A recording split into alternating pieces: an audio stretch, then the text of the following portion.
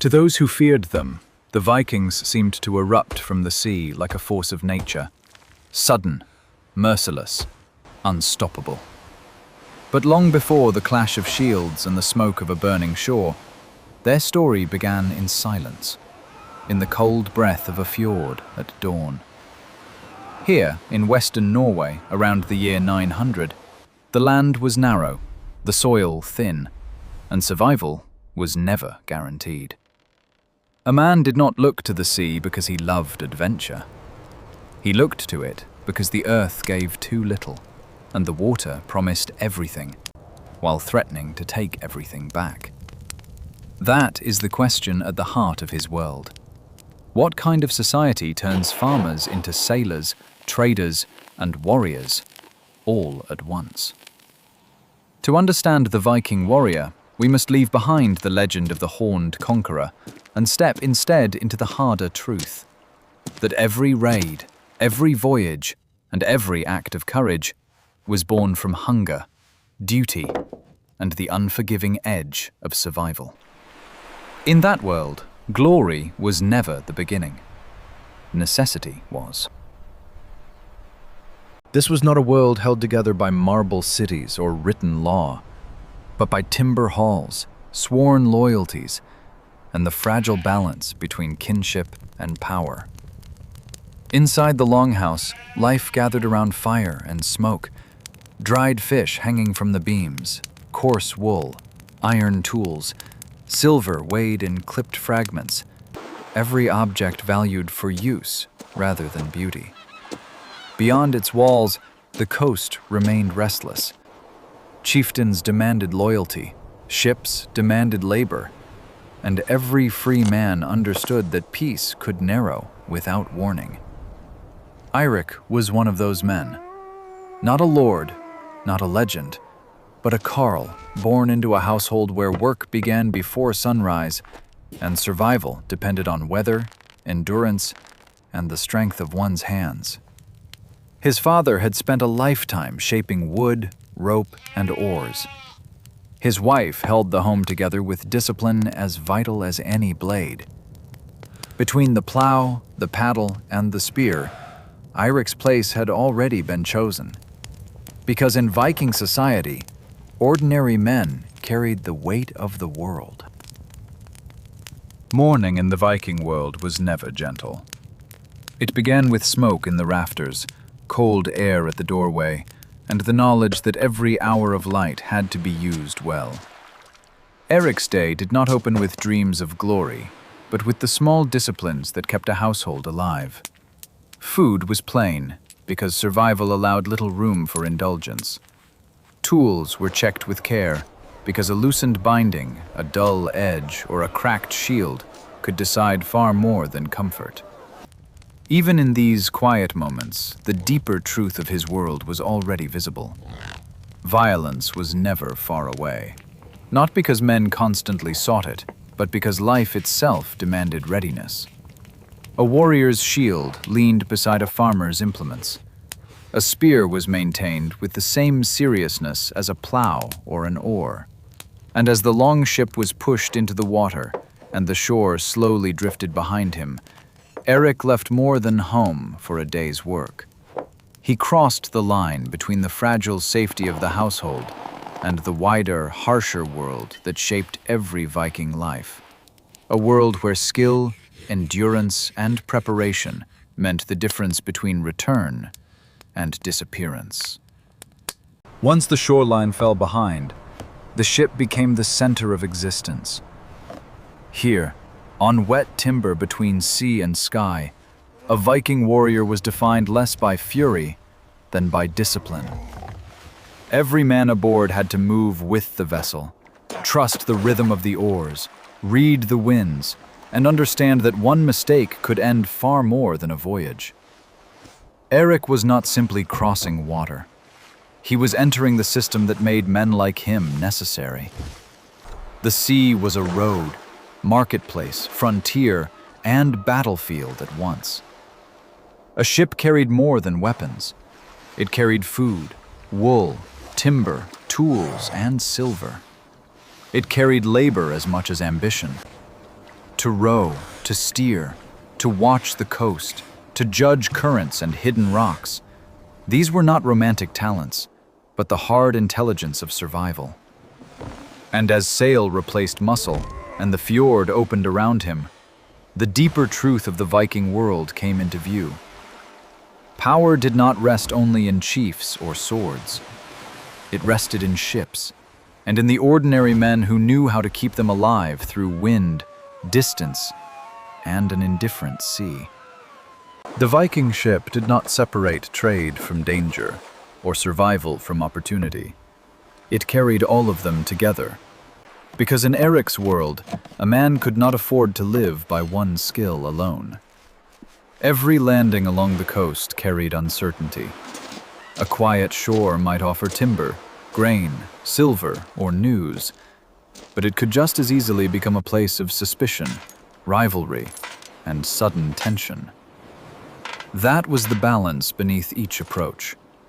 Goods were handled carefully. Silver was weighed with restraint, and every exchange rested on an unspoken measure of strength. Men like Eric were expected to understand that balance without being taught. They had to row and repair, bargain and watch, unload supplies and close ranks when needed. Nothing aboard was decorative, and nothing in their labor was random. The ship, the rope, the cargo, the shields, and the practiced drill of spears all belonged to one larger discipline. This was the structure of Viking power. Not chaos, but readiness.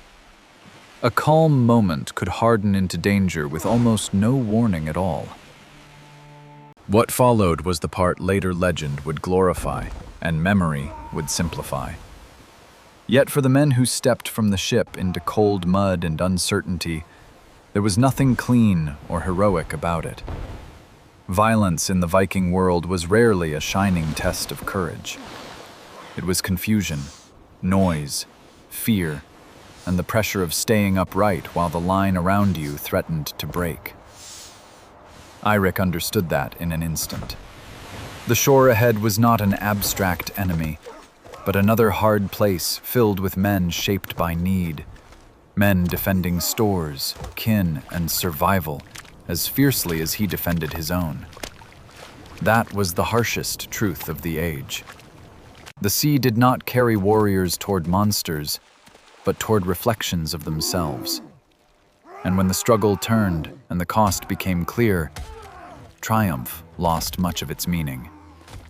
Men stumbled back to the ship with supplies, exhausted, and with the knowledge that even a successful raid left something behind. In such a world, victory was never pure. It was only now the chance to leave alive and to carry that weight home. By the time the ship turned back toward open water, the hardest part was no longer the struggle itself, but what remained after it. The silence between the men had changed. One place at the bench felt heavier than before, and every exhausted movement carried the knowledge that survival always demanded payment. This was the cost hidden beneath the image of Viking strength. A man like Eirik was expected to endure the sea, the raid, the fear, and then return to his place, as though these things could be set down like tools at the end of a day. But they could not. In the fading light, with the wounded laid low and the coast disappearing behind them, the warrior gave way to something more human and more fragile.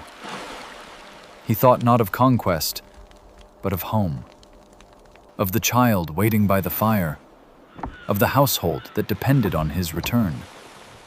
History would remember men like him only as shadows on the water. Yet inside each of them lived dread, loyalty, exhaustion, and the stubborn hope of seeing one more dawn and seeing home beyond the dark shoreline. In the darkness on the return journey, the old myth began to fall apart. Later ages would imagine Vikings as creatures of pure conquest, men driven only by brutality, hunger for plunder, and the thrill of battle. But the reality aboard Eric's ship was smaller, colder, and far more revealing. These were not figures of legend crowned by glory. They were sea-born farmers, rowers, traders, fathers, sons, and tired survivors of a hard economy that left little room for weakness. Their wealth was not endless treasure, but measured silver, useful goods, strong timber, dried food, and a vessel capable of carrying them through dangerous water. Even their strength came not from wild fury, but from endurance, skill, and repetition. The true Viking world was never built on battle alone. Built on labor, discipline, and adaptation to a coastline that ever offered opportunity and danger in the same breath. To see that clearly is to understand that the legend survived because the reality beneath it was even harder. That truth mattered more than myth. At the end of the voyage, what returned to shore was not a legend, but a man carrying the full weight of his world. Eric stepped back onto the narrow strip of land that had shaped him from birth, where family, labor, and survival waited with the same silent demands as before. The sea had not transformed him into a hero.